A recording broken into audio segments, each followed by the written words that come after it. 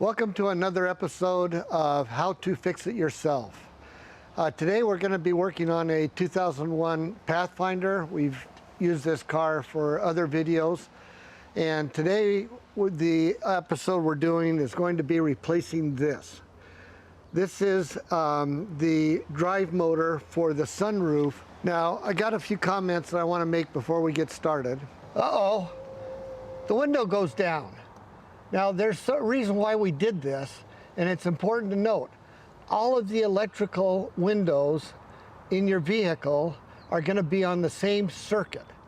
So if you follow the diagnostic part of your service manual, it's going to be having you check all these fuses, all these relays, all these harnesses, and they're all on the same circuit. And so if your window rolls down, then you don't have to do all that diagnostic to know what's going on with your sunroof. You know that it's the motor, unless there's a break in the harness somewhere, but you'd have to have been in an accident or something for that to have occurred. But you're still gonna have to get up in there to see what's going on. So there's some things you can do to be smart about, doing some of this diagnostic. And the fact that these windows go up and down tells me that all of the relays, all of the fuses, and everything else is good. So we do have to replace that motor. First of all, this particular vehicle is a second half 2001. And that's why it's important to know what your VIN number is, because they made some fairly significant changes between the early 2001s and the later 2001s. So they released two factory service manuals. One is the 2001 service manual, the other is the 2001.5 service manual. And that's the one that goes with this particular car. So we are basing what we're doing on the factory service manual. So just a word to be aware of, that when you go to get parts and when you go to get service manuals and you look things up online, it's always a good idea to have a pretty good idea what your manufacturing date is, or what your, and always you want to know what your VIN number is. Now, with that, having said that, there was a reason. Some of the Nissans in this generation and some of the Infinitis in this generation have an extra pigtail for going into the connector here. And so you pull down the center console, you undo one screw, one bolt, drop it down, the harness comes out, you can unplug it, you plug the new one back in, you stick it back up there, tighten it back up, and you're good to go. Unfortunately, for this particular vehicle, they didn't do that. They made the harness just long enough to go in here when it's bolted up inside. So you can take this down, but you can't get at the harness because of the roof liner. So the factory service manual, if you do it exactly the way the factory service manual wants you to do it, get this, you'll enjoy this. You need to take out the seats, the front seats, you need to take out the back seats, you need to remove all the roof liner items, all the posts on the interior, the headlight or the interior lights, the hand grips, all that stuff has to be removed. Then you drop the entire roof liner and take it out through the back hatch. We're not going to try and do that. Now, if a push comes to shove, we find that we can't quite do what we expect to do, then we may end up having to backtrack a little bit and add some more. But our approach is going to be to remove all of the front half interior supports and all the front half hand grips, lights, center console, and see if we can get that to drop down far enough to where we can sneak the motor out through the front of the headliner, of course without bending or torquing the headliner. Then we can move the motor, put the new one in, slide it back in, and reattach the headliner. Now, a couple of things about this particular headliner. First of all, it's vacuum formed, and so it's very, very stiff. But that means that you don't have a lot of connection points.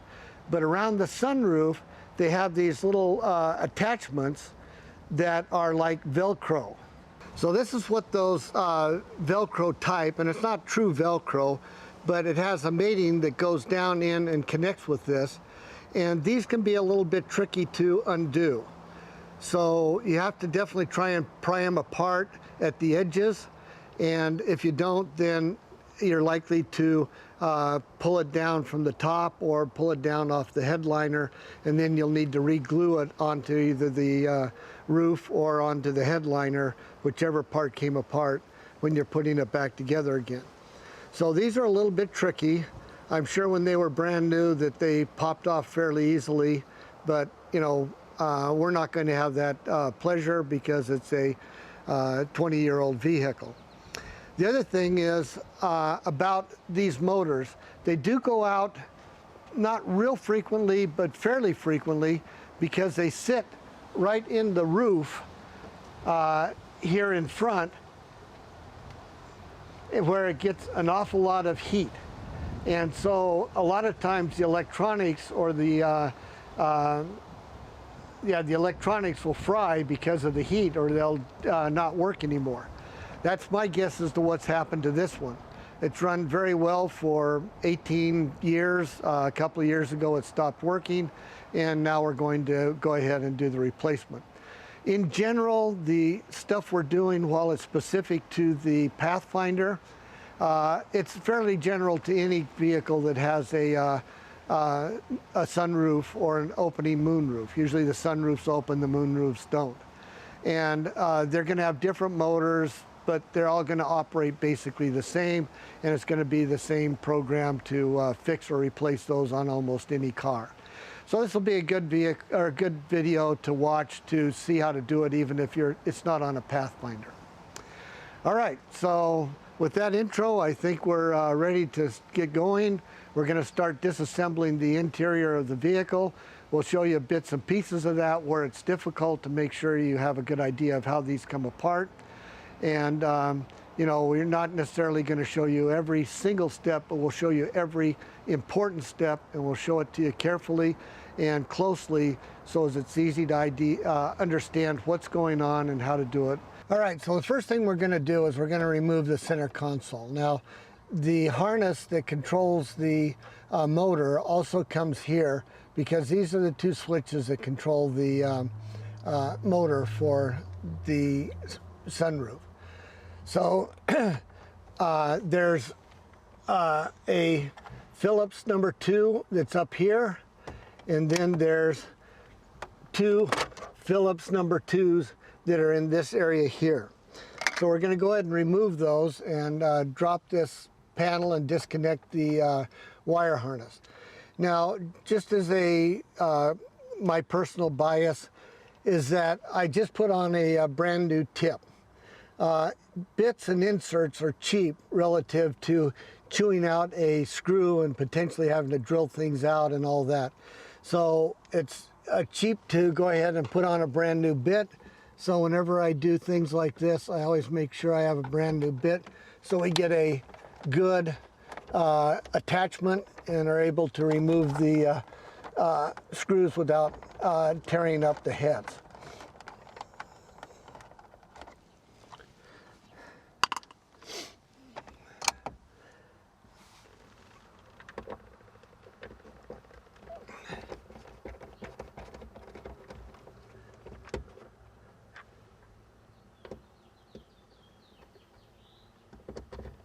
So after we remove the one screw, the other thing that's holding this on is 4 metal clips.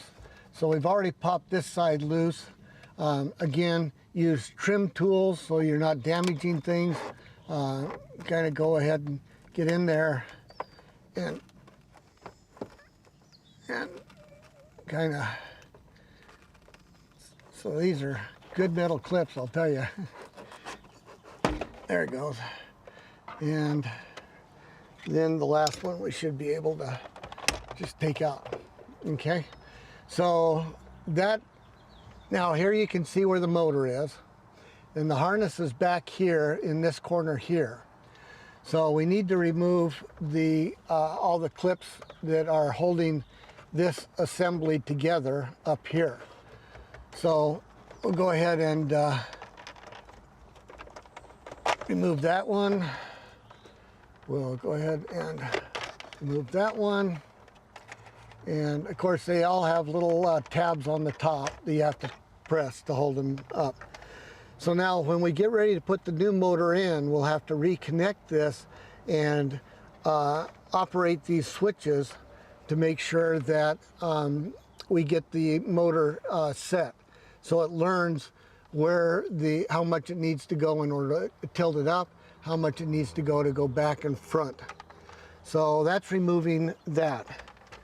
Then again, we need to take this off. We've got one more screw we couldn't get at while that was on there. Now that we've taken the screws out, that'll take the mirror off, and that will give us access to all of this front area here in terms of being able to remove the panel.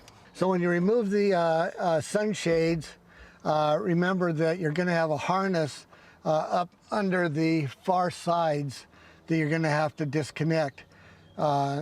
With the one on the driver's side, you'll have a mirror with lights on it, and with the buttons for opening garage doors. On the one on the passenger side, you'll just have the harness for the light for the mirror. We're now pulling the sun visor from the driver's side of the car. You'll notice that we've got a couple of screws that need to be removed, and we've also got a plastic cover that's got to pop off. So we remove now the screw that goes to the right side holder on the driver's side, and there's 2 screws and a harness.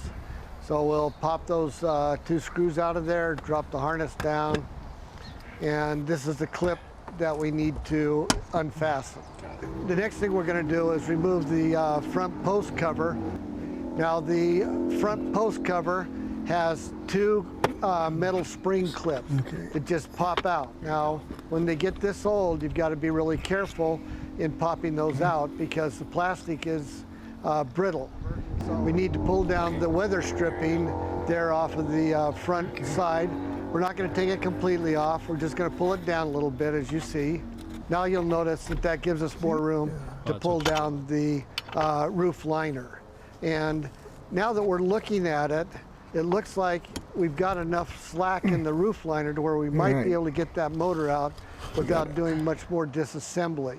It looks like we're going to pull the motor out through the opening for the sunroof rather than towards the windshield like we originally talked about at the first of the film. So we've got this metal support bracket that's kind of in the way for getting the motor out. I think we could loosen the screws and go ahead and pull it down a little bit to get it out of there. But I think the wisest thing to do is go ahead and remove the bracket entirely. So it's held on by 4 screws. They're a little awkward, so we're going to use a universal on a 1/4-inch drive to take those off. And so that's what we're doing now. We can now get at the motor. You'll notice it's still pretty tight coming out the front of the sunroof opening, but we can get at it. I'll use a small little screwdriver for the top to uncouple it and to pull it out of there. And so now you see that we have it free, and we've now got the motor out of there. We snap the motor in place and have the harness in place. We've now attached the upper console on this gray pin because these are the ones that go to the motor controllers. Now, according to the service manual, the sunroof has to be closed, which it is. And then we run the motor on the closed position until it stops on both the tilt and the slide mechanism. So I've never done this before, so we're going to see what happens. So I now have the key in. I've got the it turned on. The windows at the door work. So now we're going to see what happens here. Okay. So it's not going anywhere, and it's not going anywhere. So I'm presuming that it's in place and we're good. So at this point, we're going to go ahead and screw the motor in place and then see if everything's working. So we're now going to put those screws in place.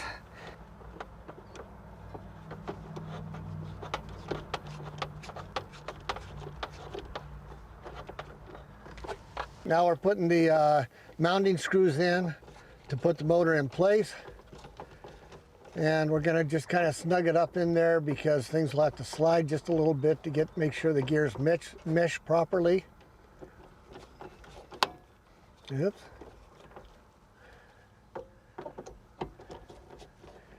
All right. Now we're going to go ahead and see if the motor runs. And sure enough, there it slides back properly.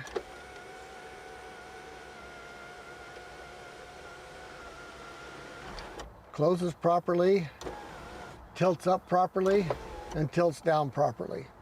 So our replacing the motor was the right thing to do. We now know that it works. So now we just have to reverse our procedures and put everything back together again. So before we do that, I'm going to go ahead and remove this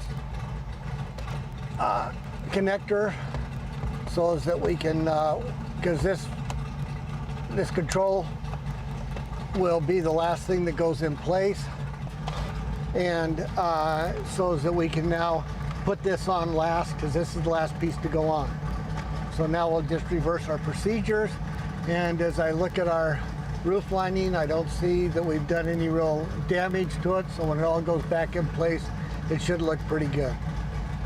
So you can see we've got everything back together again. We did have a couple of things that didn't go well, which is expected in an older car like this. We did break a couple of the metal clips that slide in just because the plastic was weaker than the clip was. And so we do have to make some repairs. One part we might have to buy, but that's what happens when you do things. You know, it just often things will go sideways a little bit on an older car. But as you can see, we were very careful and we have it all back together again. Everything works well. Everything looks fine. It looks very professional. It doesn't look like we've damaged anything. So this is what can happen if you take your time, you're careful, and you follow instructions, and you try to be precise in what you do. Of course, the ultimate test is, does the sunroof now work when everything's all put together? So I'll go ahead and open the sunroof. All right, so hopefully we've demonstrated how to have a successful project doing a sunroof motor replacement. Soon in one of our videos coming up, we'll talk about how to grease and oil and clean up the tracks on your sunroof so you can finish up having a good, smooth operating sunroof. We hope you've enjoyed this video. Please click the subscribe button if you haven't. Click the like button, and then the tools and items that we've used will be listed below. Please use those links to purchase anything you need for doing work on your projects. Hopefully you've had a good time with this. We certainly have, and we learned a lot. Hope you've learned a lot. Take care.